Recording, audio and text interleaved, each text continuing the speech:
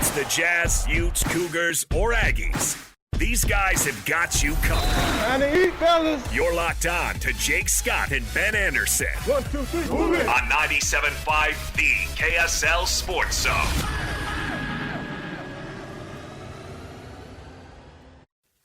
I love stories like that. This is so funny.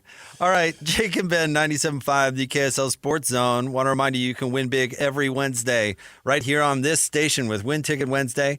Next Wednesday, Ben, check this out. You can get tickets to go see Cyndi Lauper August 14th at the Utah First Credit Union Amphitheater. It's her Girls Just Want to Have Fun farewell tour. Get tickets now at livenation.com or listen to the KSL Sports Zone all day on Wednesday for your chance to win. Yeah. It's a great show. She wrote a great musical. She was in that Netflix thing, the We Are the World thing. If you haven't watched that, that was pretty entertaining. Speaking of entertaining, joining the show now, he covers the Cougs for KSLSports.com. He's our buddy Mitch Harper. What's going on, Mitch? Hey, what's up, guys? Happy to be on. Never seems to be a slow day when it comes to covering BYU. Certainly BYU basketball now, including the news and report yesterday that Robert Wright is joining the team, stepping in to replace Yegor Demon. Can you give us some backstory on this move and then what he means for the team? It's a big addition for BYU, and Yegor Demon considered, took some real thought into coming back to BYU and took his time.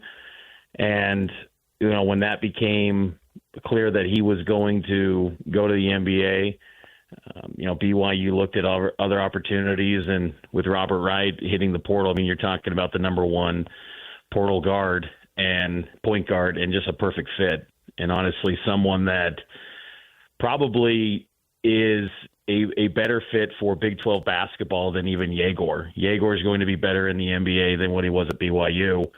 Robert Wright's probably a better college point guard. He's the type of point guard that has given BYU headaches for years, and he's a great fit. And, BYU now gets a team and a lineup potentially that at a minimum could go replicate what they did last season in getting the Sweet 16. They could be an early flame out too. You never know. You look at like Rutgers, and there's been examples of teams that have not panned out, but it's got the blend of high-end freshman talent with Dibonsa and then returning experience. So, and Wright seems like a perfect fit for BYU. Why is he leaving Baylor? It's a good question. It's Baylor, there's been reports out there with the contract that there was a contract in place and he leaves.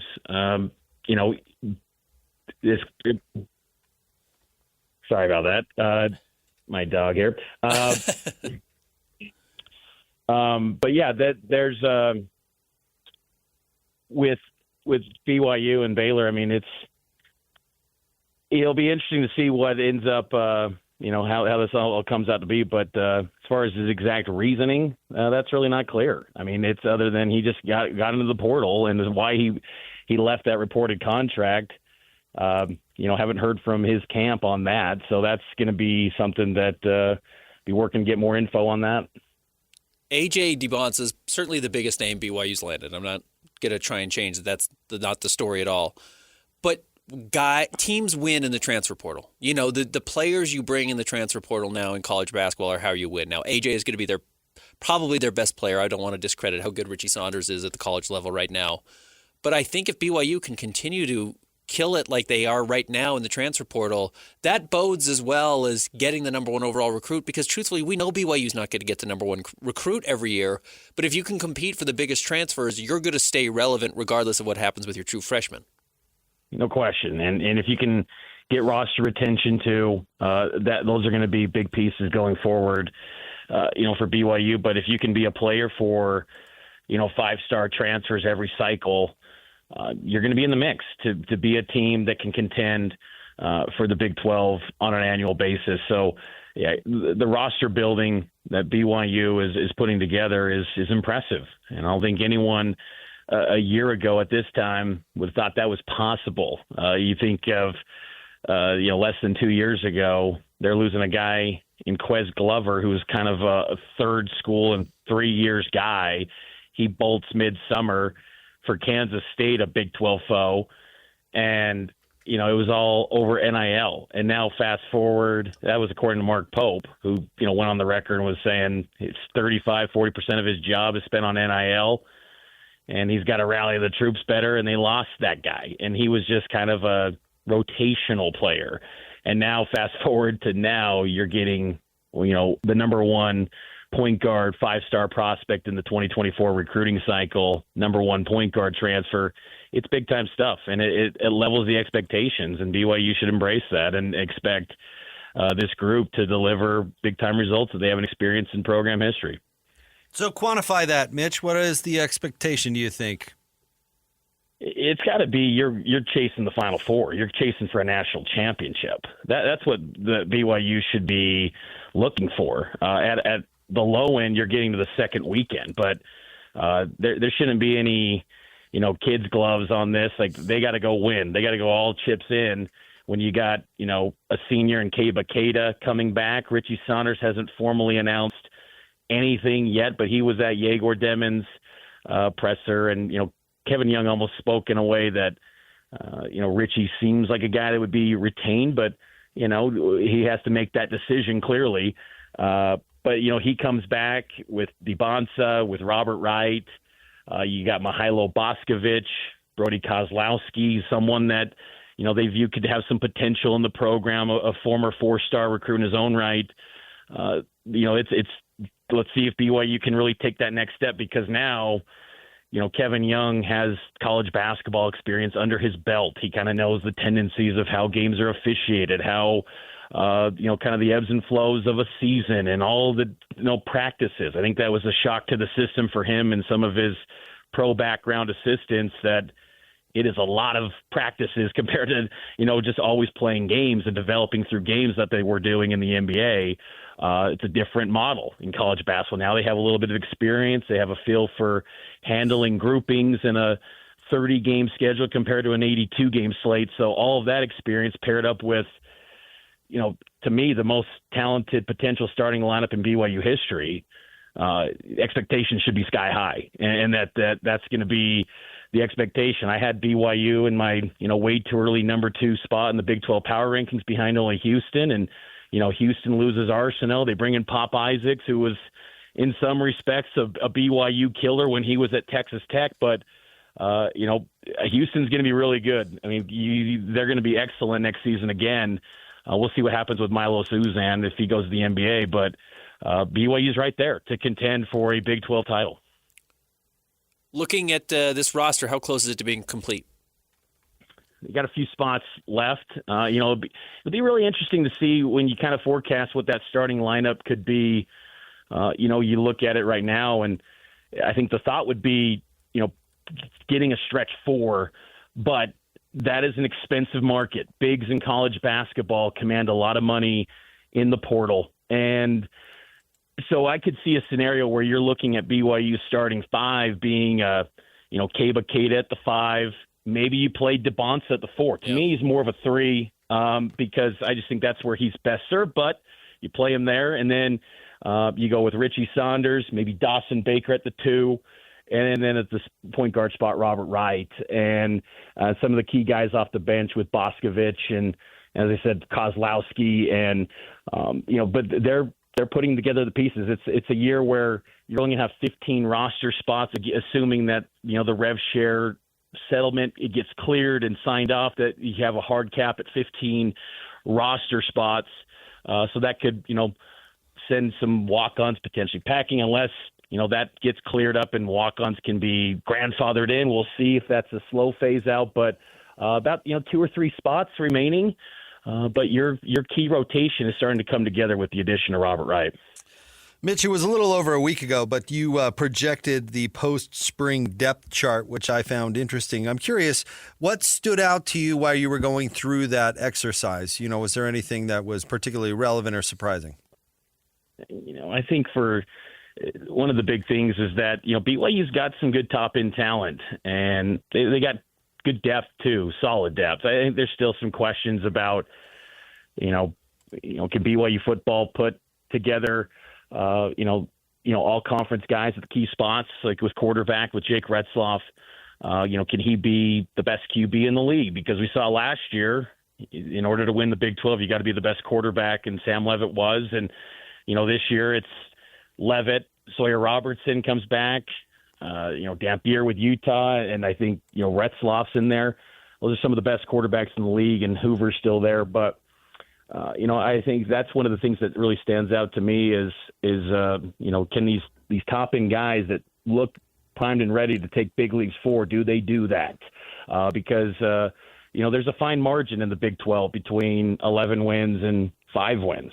You saw that last year with the Kansas game. And, Kansas looked every bit as good as BYU. And that was a 5-win football team, and BYU was an 11-win team. So they have got to take big steps forward. I think the offensive line is going to be key for BYU. And even though they lose some personnel, and a lot of people will talk about losing Connor Pay, losing ETN, losing Braden Keim, I think they're going to be okay there. Isaiah Jota is going to be a real star for them at left tackle. That's become kind of the standard of what you expect now at left tackle for BYU, is that they're going to be an NFL type, an NFL prospect when you consider, Brady Christensen, Blake Freeland, Kingsley Suamataia, Caleb Etienne. They've all been NFL prospects. And Isaiah Jota takes that spot. He'll anchor that left tackle position. And then Bruce Mitchell seems ready to be that center. He got game reps last year. He was excellent at that spot. He'll take over for Connor Pay. And then you've got some questions on the right side, but Austin Leausa started in the Alamo Bowl. I look at him to be the starter, even though they brought in Andrew Gentry from Michigan. Gentry didn't, play any snaps due to recovering from an injury in spring. Spring's critical. It really takes on, following this as long as I have, spring ball is critical to establishing that 2D. We don't see many surprises anymore, as far as taking over that starting role. You can go from second string to first, but that continuity on the starting 5 is pretty critical, especially at a position like offensive line. And I thought Leausa did a really nice job there. And then a sleeper guy that no one really talks about, but he'll be an impact guy for BYU. Kyle Safarachik from Southern Utah comes in with 2 years of eligibility remaining. I look to him to be BYU starting right guard. But BYU's got options, and defense is going to be really good too. I think that's going to be the strength of this team, and I think they got a lot of optionality there as well. Mitch, we thank you for your fine work and your appearance on the show today. Thanks, Mitch. Appreciate it. Have a great weekend. Thanks. Take care. That's the one and only Mitch Harper. A lot of excitement at BYU athletics, and rightfully so. Yeah, there should be. Bringing back a quarterback is always a big deal. Really competitive, obviously, in the Big 12. Basketball is as exciting as it's ever been. Bounds. Well put. Yeah. As exciting as it's ever been. Yeah. So, who's big man on campus next year? What? Who's going to be the AD? I'm asking that same question. Who's BMOC at BYU? Honestly, Ben, why haven't they hired an AD? I should have asked Mitch this. Shoot. Maybe we'll text him or something like that. Why haven't they made that announcement yet? No, I'm asking athlete. But well, I'm asking something way more relevant. Who's going to be the boss? You think that's more relevant? Yes. Who's going to run? Fans don't care. I saw a tweet while we're talking about it that says at least 8 teams will have a $10 million plus roster in basketball next year. Speculation that BYU is in that group. I'm sure they are. Yeah, I'm sure they are. They landed the number 1 high school prospect and one of the biggest names in the transfer portal, so I'm sure that didn't come cheap. And they had to keep Richie Saunders home. Plus Kava Keita. Yeah. I mean, they paid Kava last year to come over. No, you don't think it's relevant who the AD is? No, I think fans don't care. I don't care what fans care about. That's super important. That's the most important thing going on at BYU right now. We can talk about all this basketball stuff, but why is it taking months to identify Tom Homo's successor? Santiago's going to do it. It'll be fine. That would have happened by now. I don't think so. They're just taking their time. He hasn't announced. He set a time when he was leaving. So when he's leaving, he'll leave, and Santiago will take over. It's not that big of a deal. He didn't really set a timeline. He said kind of like, I'll be around until my successor is named. Yeah, so he's fine. It'll be Santiago. You think? Yes, I do. I don't think it's that cut and dry. I really don't. Or else I thought it would have happened by now. You've got Retzloff coming back. You've got A.J. DeBonsa coming back or joining the team. You've got Robert Wright, who's going to have the ball in his hands a lot. You've got Richie Saunders, who's the best player on the team. I mean, now maybe AJ's ready to be the best player on the team day one, and probably should be with all the acumen that he's bringing from high school. But yeah, I just think there's a lot of excitement about BYU football and BYU basketball, and I'm curious who's getting the attention in the fall. All right, stay tuned. We will have Cole. It's not the athletic director. Cole Bagley coming up next. Jake and Ben, 97.5 the KSL Sports Zone.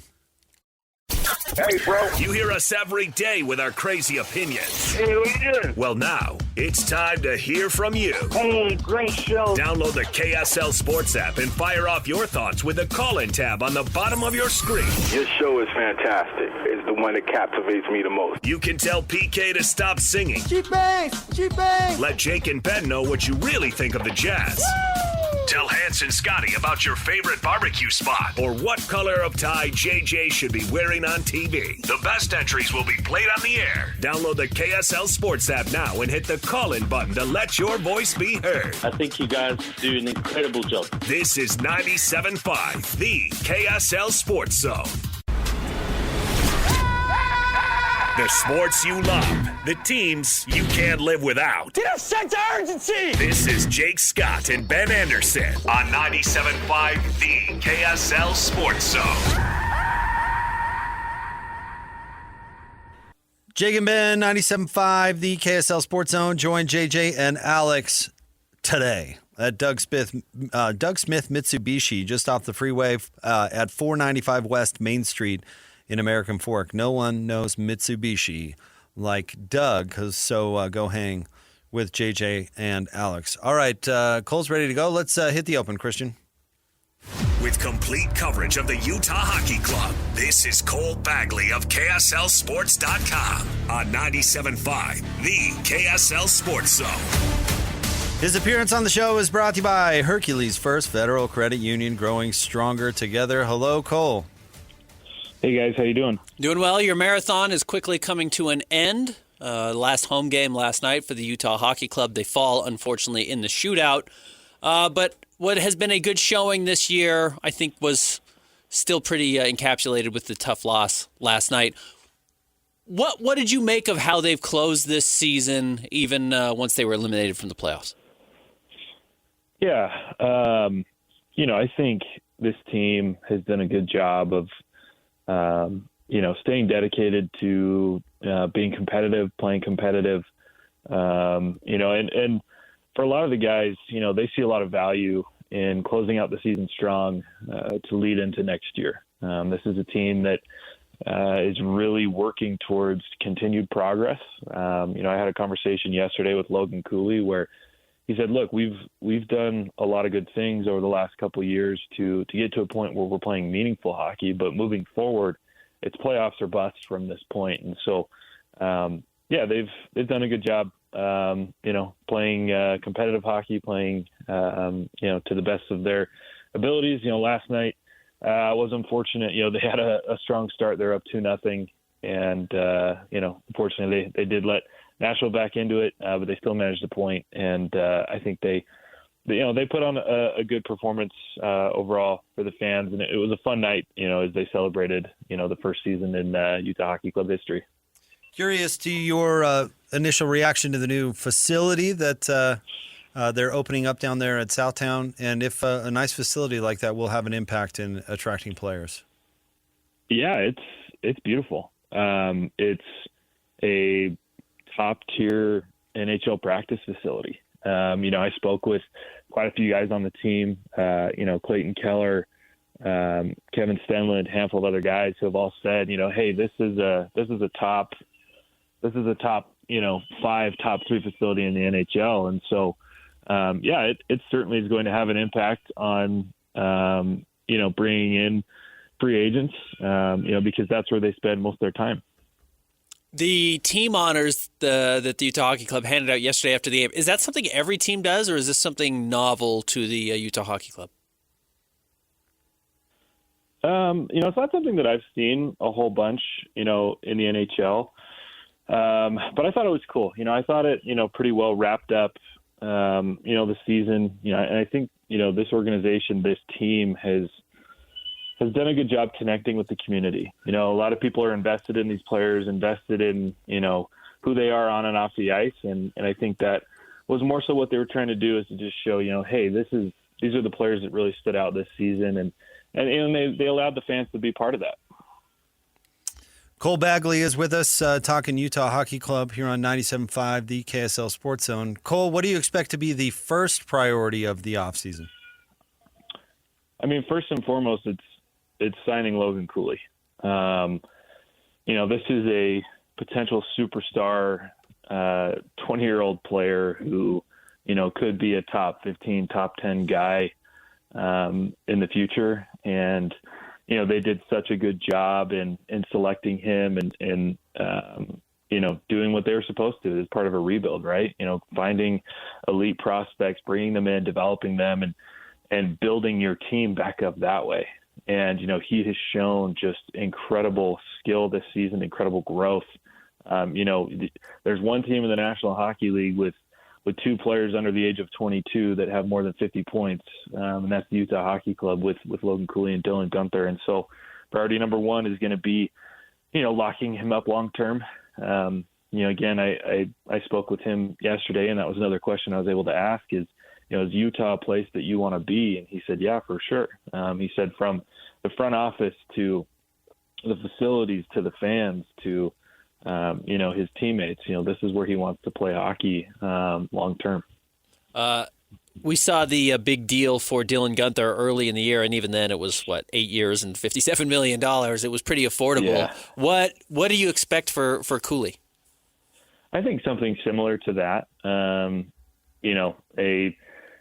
7-8 year extension along the same lines, allowing him to earn somewhere probably between $7 and $9 million.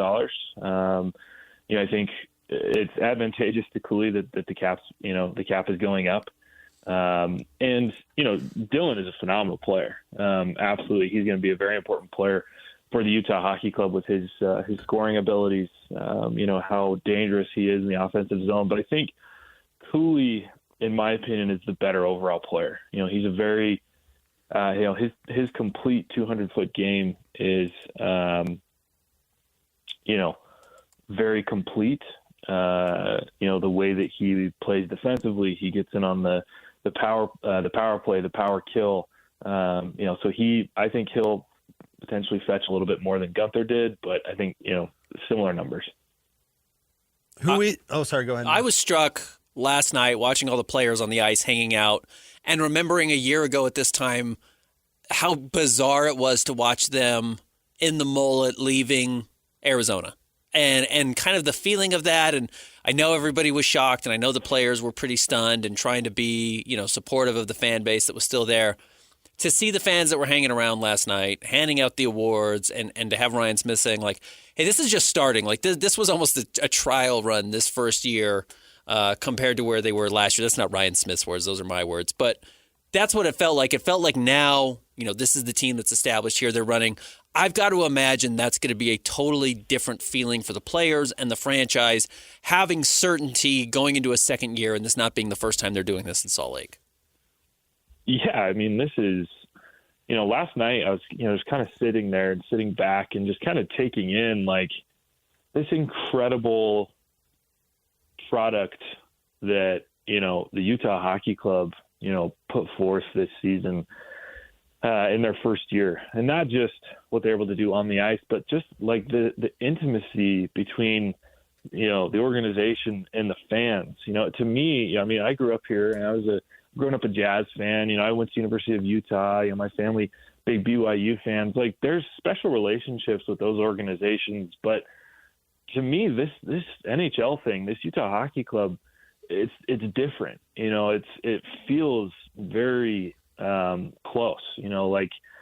The fans, and the team are almost one and the same. And I think it's really special. I was able to talk to a lot of fans last night. And so many of them are new hockey fans. But, a couple of them said, look, I was never a fan of hockey until now, but I can't imagine loving a sport more than this one or loving a team more than this one. These are people that do love the Jazz and the Utes and the Cougars. But, what they've built here in just a single season is phenomenal, and the players know that. They feel that.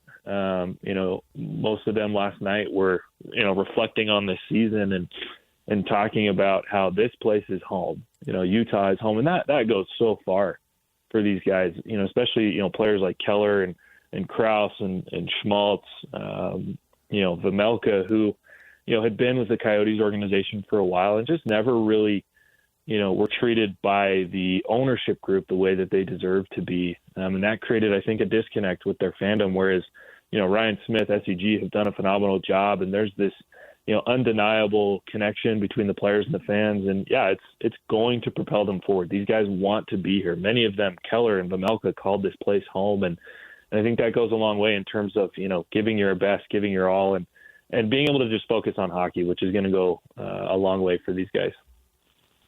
Who do we like coming out of the West in the playoffs? Well, that's a good question. The West is just absolutely stacked, which is part of the reason that, the Utah Hockey Club was not able to make the playoffs. If they were in the East, they'd still be in the conversation. But, what Winnipeg has done this year is unbelievable. Best team in the National Hockey League, won 70% of their games. Their goal differential is a league best plus 87, and obviously the best goaltender in the world. And Connor Hellebuck, I like their chances, but Dallas isn't far behind. They're just 6 points back, and they might have the most talented offense, especially with adding Mikko Rantanen at the deadline. Vegas, of course, is always dangerous at 105 points. The Kings could be a dark horse. I mean, this thing is just anybody's game, and that's what is so fun. About the NHL is the parity, and you never know what's going to happen. I mean, St. Louis is arguably the current best team, or at least playing the best hockey of anybody in the NHL right now. So, it's tough that Utah won't be in the postseason, but I would highly encourage any hockey fans in the state of Utah watch these playoffs, because you'll get a taste of what makes the postseason incredible and why teams are pushing for it every single year. Cole, thank you for coming on. We appreciate you and all of your fine work. Hey, thanks, guys. Good stuff this year, Cole. Thanks. All right, there you go. That's our buddy Cole Bagley. Covers the Utah Hockey Club for KSLSports.com. 3 games left, all on the road, but a very successful run. And what was nice is they figured out their early season woes at home. They could not win at Delta Center to start the year, and they were so good on the road.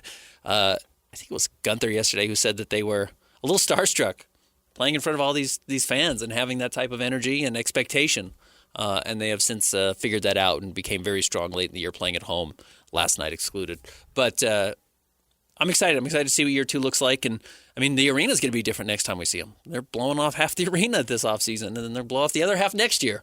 So this is going to be a major change. We talk about the Jazz playing their last game tonight as well. It's going to be a totally different environment a year from now for both teams. The trucks have already started lining up. Trucks are here. They've already closed off the media entrance. Yeah, they did that a while ago. Yeah, so I think that's got to be part of where the beginning starts.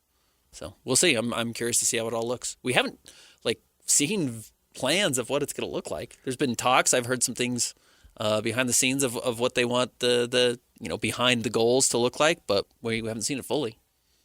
They're doing the project like my buddy John used to do house projects, and that's, you do the demo first, and figure it out after, and then you figure it out later. Like the idea that it's just going to be an open wall. You can just look in when you're driving down South Temple. You do the fun part first. Yeah. All the smashing. Yeah. And then the rest kind of takes care of itself. You'll figure it out. Yeah. All right. Stay tuned. We wrap up the show. Wrap up the week. Coming up next is Jake and Ben, 97.5, the KSL Sports Zone. This is Hans Olsen and Scotty G. It's what you want. You know, I was babysat until 8th grade. Dolores Arnold used to babysit me every day after school. And Dolores? Her husband, yeah. Look, you got 220-pound 8th grade Hans. Can we not focus on that? You're like, hey, Dolores. Hi, Hans. I think it's funny the thought of a 8th grade Hans Olsen probably pushing 2 bills, sitting in and being babysat. You guys let me know when you're done so I can finish my story. Tell us more about Dolores. Anyways, her husband, Don, liked MASH. Sitting next to Don on the couch watching MASH. Hey, Don, can I borrow your shaver? Catch Hans and Scotty weekdays from noon to 3 on 97.5, the KSL Sports Zone. Who's got it better than us? Nobody! Your home for the best sports coverage in Utah. You're listening to Jake Scott and Ben Anderson on 97.5 The KSL Sports Zone. Two amigos on the airways, talking sports. They got him Matrix and also loves his tie-dye. Ben's got style with his scarf. Oh my.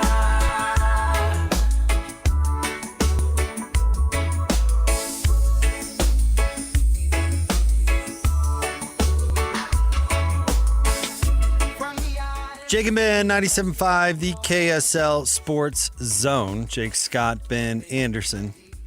This segment is brought to you by Peach Doors and Windows. Amazing home transformations begin with Peach, where 5-star reviews are the norm. Call them today for your free in-home estimate, 801-566-1255, Peach Doors and Windows. Ben, I got a story to run past you real quick. Okay. And we don't need to dwell on this, but the Masters is going on.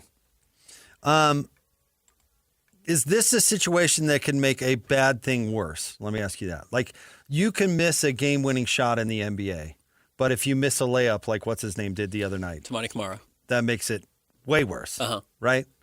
Okay, let's see what's this dude. Nick Dunlap, who is an amateur.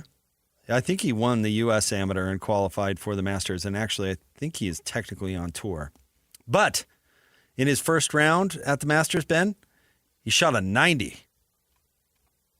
Wow. Which is terrible. Just the 11th golfer to fail to break 90 in the first round of a major tournament after he carded an 18 over 90.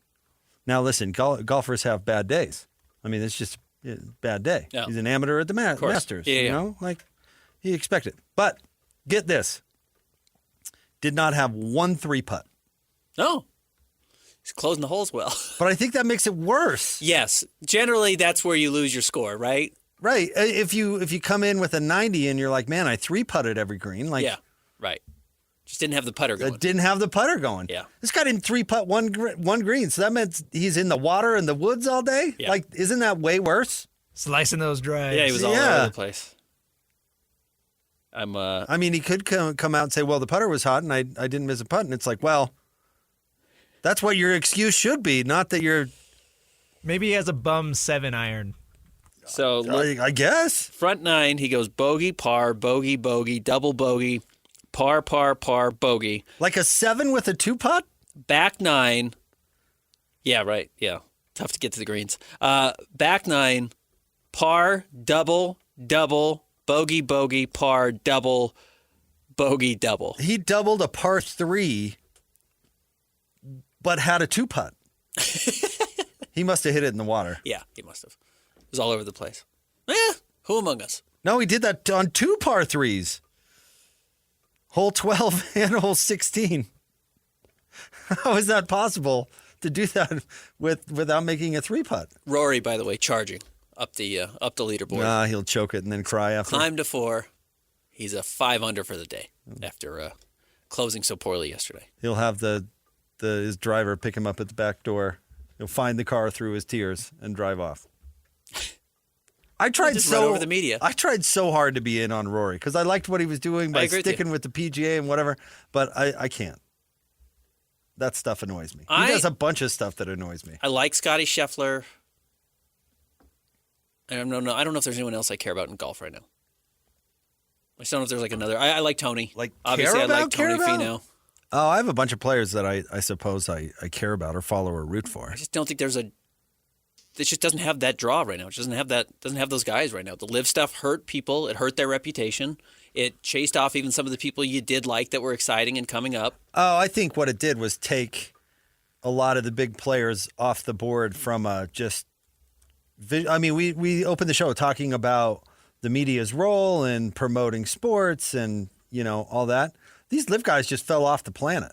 Yep. That's the problem. You get the occasional update or whatever, but I mean, the live tour is just not on the sports radar. But like Cameron Smith seemed like a cool up and coming young player. Yeah, and he's was exciting. He's gone. John Rahm gone. Like a lot of these guys are gone. It's hurt the sport. We were talking to Hatch off the air, of course. Jake, part of our RSL broadcast. I think Major League Soccer made a huge mistake by going with just Apple.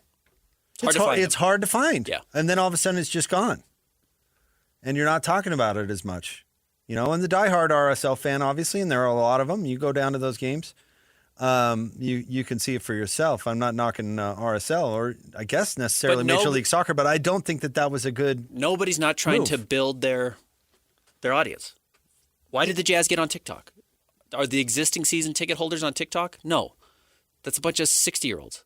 Well, they want the 20-years. They want the 15-years. Why did the Jazz take a tremendous financial hit by putting it on K-Jazz? Yeah. Right. It's available. It's available. Yeah. They want to be there. They want to be able to be consumed. That's the name of the game. We've talked about this. I think it's awesome that Ryan Smith is putting up $10 million towards local skating rinks.